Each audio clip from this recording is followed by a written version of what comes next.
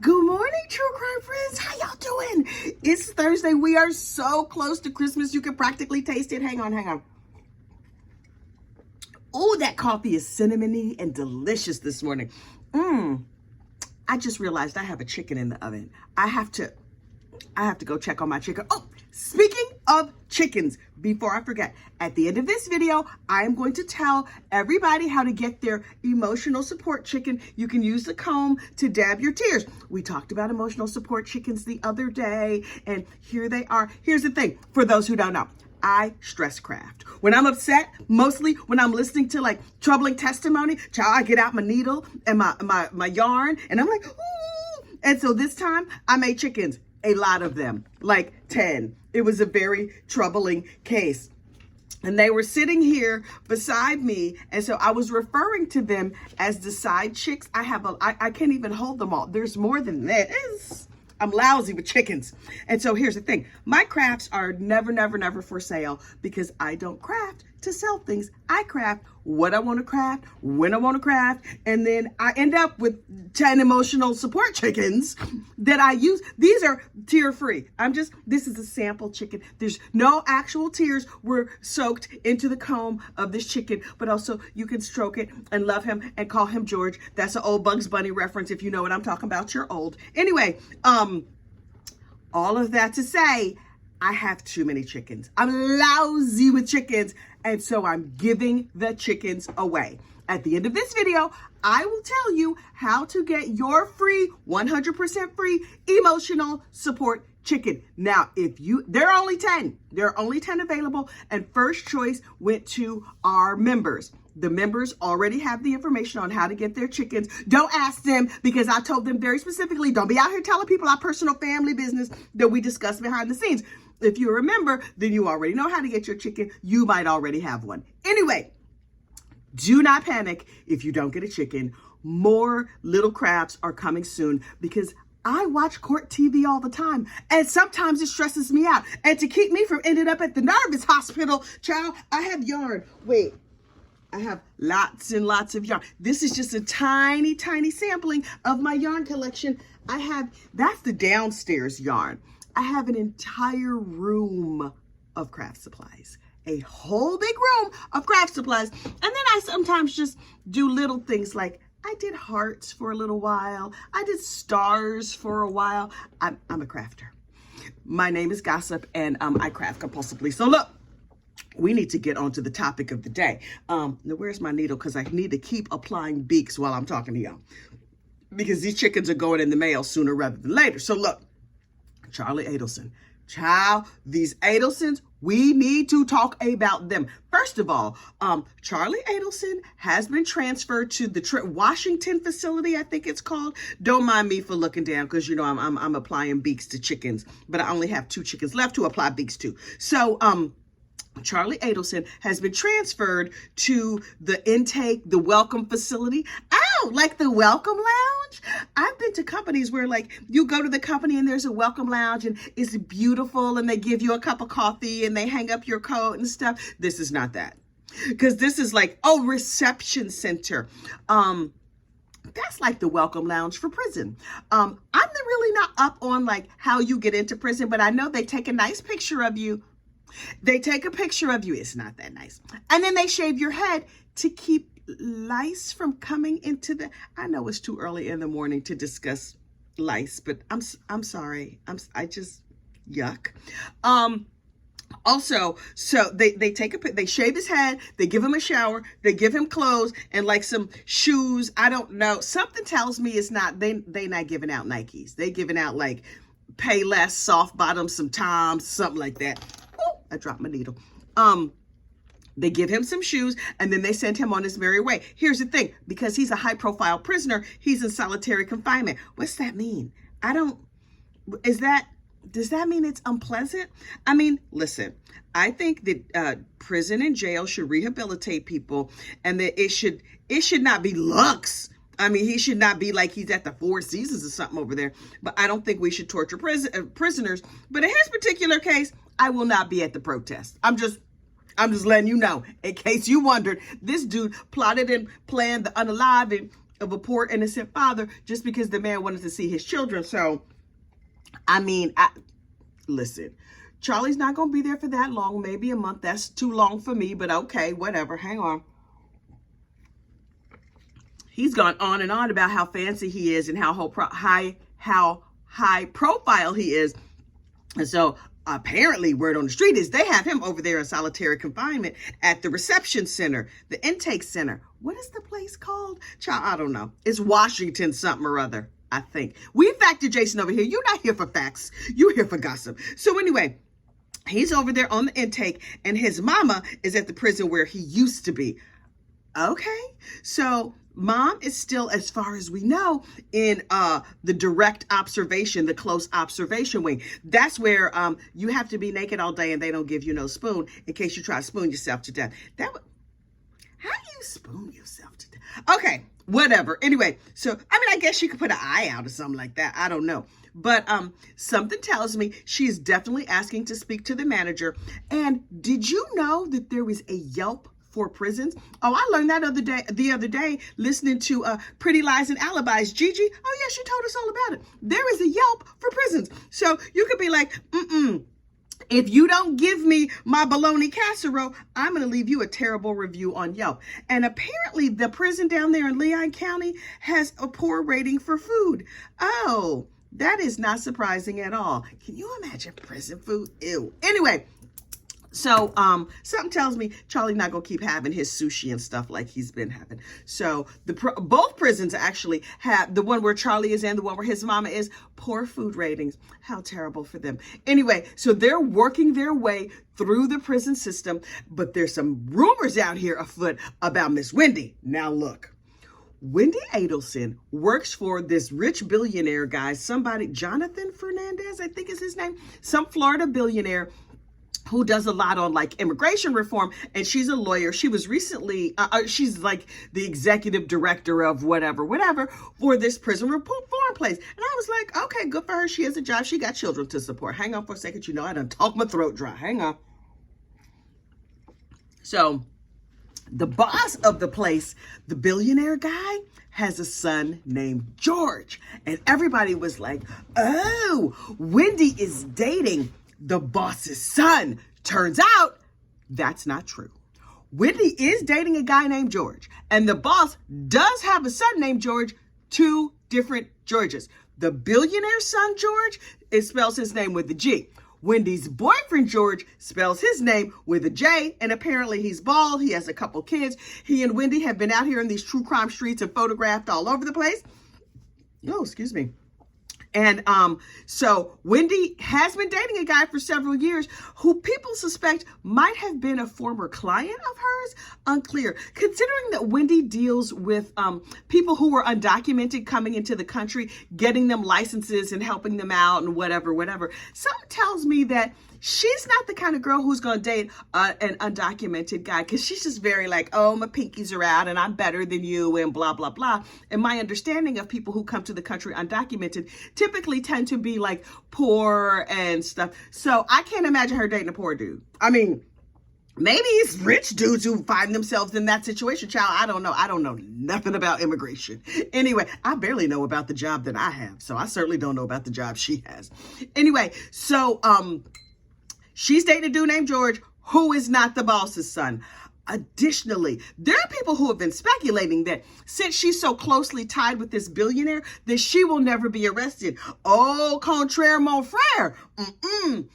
I heard, again, gossip, rumor, and innuendo, that up there in Leon County, Wendy could be arrested at any moment. Listen, your boss can like you a whole lot. That doesn't mean he's going to pay for your legal defense. That doesn't mean he's not going to be like, we did our little investigation and she seems guilty. Oh, her case might mess up our entire organization where we're doing all this good. You can have your job when you come back, girl. If you come back, good luck with that. So, but I'm hearing that there may be a planned joint prosecution of both Wendy and Donna together at the same time. Oh, okay. Does that mean that Wendy would have to start speaking to her mama again? I guess that's good for her mama. That's bad for Wendy's kids. Wendy got kids, y'all. It's a terrible situation. Hang on. Okay. You know, ooh, that coffee is delicious. Okay, this is just an exceptionally good cup of coffee. What I'm drinking right now is my usual garbage coffee. Y'all know I love some garbage coffee. And by garbage, I mean it's instant coffee. Half calf with some non-dairy creamer. Garbage. It's not like the fancy anything. But I made this syrup, this like sugar-free coffee syrup that I forgot I had that my son brought upstairs. And I was like, oh, I forgot we had that. Let me put a couple pumps in my coffee. And it's cinnamon, sugar-free cinnamon coffee syrup. Is delicious. If I can remember what I used to make it, I'll let you know. But y'all, you know I don't remember. My mind is bad. Anyway, Wendy, according to her former boyfriend, social worker Jeff Lacasse, Jeffrey with the cute glasses, who looks exactly like Wendy's ex-husband. Wendy, girl, you got to type. I'm looking at you crazy right now. Wendy casts a spell on men. Now, did she actually like get a big cauldron and she stirred it in the backyard with like some Eye of Newton stuff? No, unclear. I don't know what she be doing because clearly she got some little problems going on in her brain. But she casts a spell on men and they're like, ooh, she's so wonderful. And then they fall for her. And then while she's in their lair, while they're in her lair, she does terrible things. According to Jeffrey and his therapist, because while Jeffrey was dating Wendy, he was like, this heifer's so crazy that I'm going to go back to seeing a psychologist because I cannot handle her. The psychologist was seeing a psychologist. This dude had a PhD in psychology. He was like, I'm going to need some help with this crazy heifer. His psychologist was like, right, Jeffrey, Dr. Jeffrey, it's clear that you're dating a severe, this is a quote, I'm not making this up, a severe narcissistic sociopath. Really? Even Wendy confessed that she lies easily. She has trouble telling the truth when it's difficult for her. And she seems very, very transactional. You see, she married Danny, and then as soon as she got married, she was like, oh, no, we are back to the rumor portion of the program.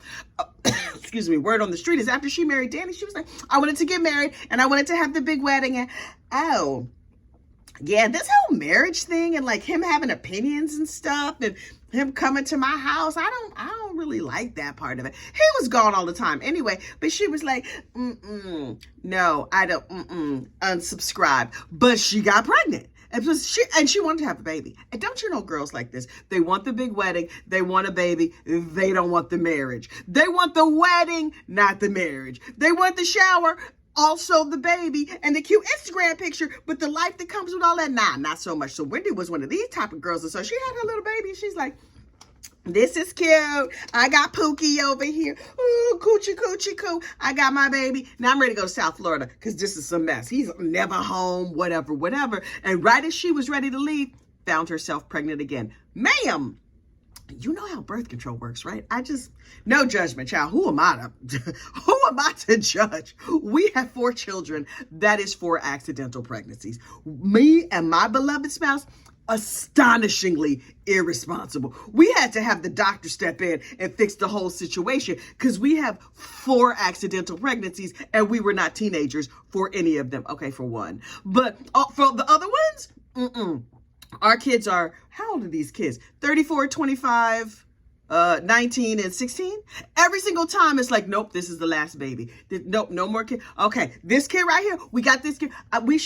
No more kid. Oops, look, another. They just kept showing up at the house, but they wasn't showing up back to back. So every time I was like, clearly I'm in menopause. Yes, I'm 26, but obviously I'm in menopause, so I'm not going to be having no more. Oh, look. There's another baby. Kept happening over and over. Child, we irresponsible. But anyway, Wendy, much like me, this is the only thing we have in common. She ain't know how babies worked. She know. It was a total surprise to her. So she had that first baby, and she's like, yeah, I'm out. Oh, shoot, I'm pregnant again.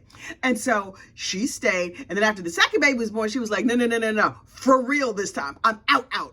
And so I'm sure she did something to resolve the situation way sooner than I did because, child, irresponsibility. Plus, I really like my husband a lot. And I was just like, I'm sure that happened a couple of times. I'm sure that's not going to happen again. And it didn't for a couple of years. And then another baby came along, but not for Wendy. She was like, I'm getting out of here. So she filed for divorce and she commenced to leaving and whatever. And then all the other stuff happened. But she was dating a rotation of men. Okay. I'm not saying that she was spending the night with a rotation of men. Look, I think you should date as many people as you want to date. Oh, child, all them free meals and all them free movies. Yes, please. I don't date. My husband don't let me date. But I'm saying, if I were going to be out here and dating, I would be dating a whole rotation of men. I would not be spending the night with a whole rotation of men, but a whole bunch of people could buy me coffees. I love Starbucks. I might be addicted to it, but you ain't heard that from me because I'm not supposed to be addicted to nothing but coffee. I might a little bit. Garbage coffee, good coffee. I like all kinds of coffee. Hang on, I done talked my throat dry again. Hang on. So Jeff Lacaste's therapist tells him, sir, you are dating a severe narcissistic sociopath who lies easily. She's a good actress. Her mama said that. She does whatever needs to be done to get what it is that she wants. She can never acknowledge fault. She can never acknowledge guilt. She is not self-reflective at all. This woman is out here raising children. And now that Danny is the dearly departed, everyone's just like, he was such a wonderful man. He was so great. He was so awesome, blah, blah, blah. Yes, kind of. Now, was Danny, my nose is so itchy. I hate that. Anyway, look, I gotta make sure there's nothing on my face. Okay, was Danny a good person? Yes. Was he a good professor? Excellent. What I'm hearing though is he was kind of a pain in the neck. He liked to argue. Like, so for some people, arguing is their love language. That's the thing they love. I got a cousin like that. Ooh, it is annoying. But, so it's a lot of people who didn't like him. Wendy, when he was alive, was like, he's terrible. Now that he's gone, she's like, he was unpleasant sometimes. Okay, ma'am, I'm gonna need you to pick a lane. So they say, don't say nothing about the dead unless it's good. She might have been going, well, he's dead. Good. But anyway, he was not that great. He was an arrogant professor from Harvard. You know the type if you know professors from Harvard. I don't know that everybody knows professors from Harvard. A friend of mine has parents who both were professors at Harvard. And so when I was hanging out with her, I met a lot of Harvard professors. And a lot of them were very quick to tell you how much better than you they were. Not all, not everybody, just some of them. I'm just saying. Anyway, she's a little bit nuts. Dan was a little bit arrogant. They did not make a good couple, but this Jeff Lacaste, child, he's all over the internet spilling tea. Now, yes, these interviews are like 10 years old now or whatever, but Jeff called it from day one. As soon as this crime went down, he was like, oh, Charlie. Yeah, I met Charlie. He was like, listen, Wendy comes from a whole screwed up family. Charlie, also a severe narcissistic sociopath. Here's the thing. Narcissistic sociopaths are not born, they are made. Who made them? Donna Adelson, I'm looking real hard at you, girl. Now listen, everybody wants to blame their mother for everything all the time. As a parent, I resent that. Also, I might resemble it sometimes. But I'm saying the daddy had something to do with that too. This was a real whacked out family. Seems like the only person who escaped all the madness was Robert Adelson. Oh, that's a son you never hear nothing about because he lives upstate New York and he's like a dermatologist or a pediatrician or some kind of doctor. And the family threw him overboard when he started asking questions about the murder. What? You can't ask a question. He's like, don't we want to find out who did this? And the rest of the family was like, no, we don't want to know. And he's like, wait, what now? What? So he was kicked out of the family. Good for him. He might also be terrible, but he was not involved in this particular crime. Oh, I hope he's not terrible. Anyway, so there's a lot of chatter out here in these true crime streets about the entire Adelson clan. And I have my ear to the ground and I am listening to every single part of it. I'm loving it. Now, are you supposed to engage in Schadenfreude, the joy at the suffering of others? Maybe they're not suffering. Do narcissistic sociopaths suffer? Unclear. I don't know. But look, I'm going to keep my ear out. I'm going to keep an eye out. Just one, though, because I got to keep my other eye out here for true crime.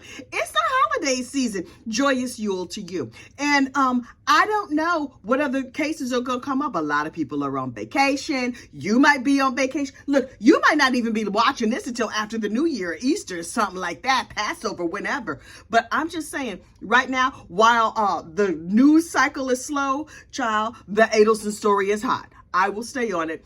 Also, next up, we are going to start covering the case of Honey and Barry, whose last name escapes me, Sherman. Barry and Honey Sherman, those billionaires up in Canada who were, it's an unsolved murder and maybe a relative did it or maybe, ciao. So it's an old story. They died in 2017, 2018, something like that. But it is an unsolved murder, and Netflix is coming out with a movie about it this June. Oh, we are ahead of the curve. We have 6 months to obsess about this story, and then when the movie comes out on Netflix, because then everybody else is going to follow suit. And usually when a movie comes out, a documentary, all of that, everybody jumps on the bandwagon. We're jumping first. We are ahead of the curve, so we're going to be on them Shermans. Also, who names their kid Honey? Is that a nickname? Was her mom and daddy look at the baby like, we gonna call her Honey? I hope not. Although, I once knew a girl named Happy, I knew somebody named America, and I knew somebody named Muffin. All given names, not nicknames. The world is crazy. Look, last but certainly not least, chickens. If you would like to receive an emotional support chicken to dab your tears during times of trouble, this is what I need you to do. Grab a pencil. Do people still have pencils? Okay, look. Grab your phone and write this down. You're going to need to go to my social media. That is either Twitter or Instagram. Only Twitter and Instagram because those are the only two I check when I get around to checking them. But I will check them now, I promise. And so send me a message with your name and your address and say that you want an emotional support chicken. You cannot have received another craft prior to this. Now listen, I have given away hearts, I have given away stars, I have given away crowns, I have given away bunnies, and I have given away black and white chickens. This time we only have white chickens. But I'm saying, if you have received a craft before, I will need you to sit this one out. But trust, there is another craft coming soon. I have narrowed it down to 2 different options. I have not finalized what the next craft is going to be, but this is the end of the Chicken Run. Oh, Chicken Run, that's a movie. So jump on your social media and send me a private message. Child, don't be putting your personal address all in the comments and stuff. That's not safe. But you're going to use a code word, clock. You're going to have to follow all the directions. People will be like, I want a chicken, no address. I want a chicken, they got 12 things before. I want a chicken, no code word. If you follow all the directions, I will send you a chicken while supplies last. Okay, I'm going to give you a number. There's only 10 chickens left. And so if you do everything right, I will tell you, okay, you're number 5, you're number 6, you're number 7, whatever. Once you have a number, you're in there. When they're gone, they're gone. Good luck. Go out there and I'll see you over on Instagram or Twitter. Also, I'll see you tomorrow. Have a great day. Bye.